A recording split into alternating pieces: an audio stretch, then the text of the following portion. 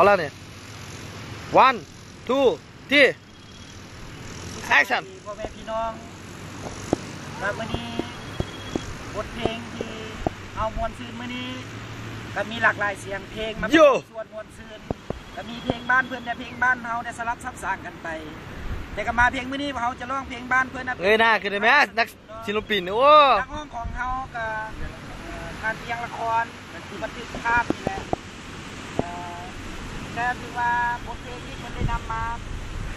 เพลงของนักร้องเมืองไทยเนาะนักร้องศิลปินกระปากแก้วมารักครั้งแรกฮักสาวบูไนนี่แหละฮักครั้งแรก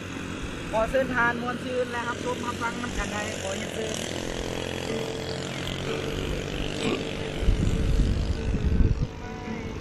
รัก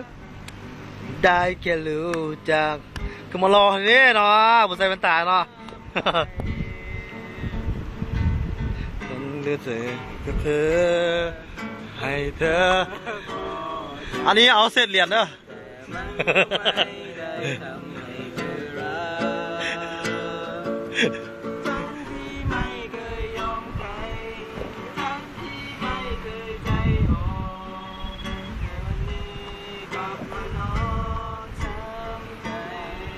โยฉันต้องทำอย่างไรเมื่อใจมันไม่รักดีอย่าไปมีใจให้กับคนที่ไม่รักกันรักครั้งแรกหัวใจก็แตกสลายแล้วเกินไปไหมกับความผิดหวังรักเธอคนแรกกับฟ้า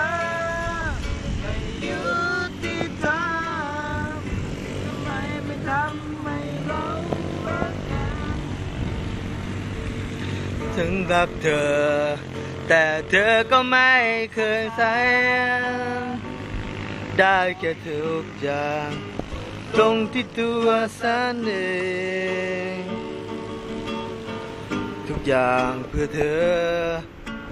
แม่คือเธอเป็นความรักทั้งที่ไม่เคยยอมใครที่ไม่เคยใจอ่อนมีกับห้องนอนซ้อมใจเวียนจะทำอย่างไรมันไม่รักดีให้กับคนที่ไม่รักกันหัวใจก็แตกสลายเร็วเกินไปไหมกับความผิดหวังรักเธอคนแรกแต่ฟ้าไม่ได้ยึดติดทำทำไมไม่ทำให้เรารักกันให้เธอรู้ไว้สัญญาเธอก็จบลงไปแล้วเนาะผลงานของการเสพมีทั้งเพลงบ้านเพื่อนและเพลงบ้านเฮาสลับซับซ้อนกันไปนะในบทเพลงต่อไปนี้ทานเวียงเพิ่นได้นำออกมาเดี๋ยวต้องกลางเหรอ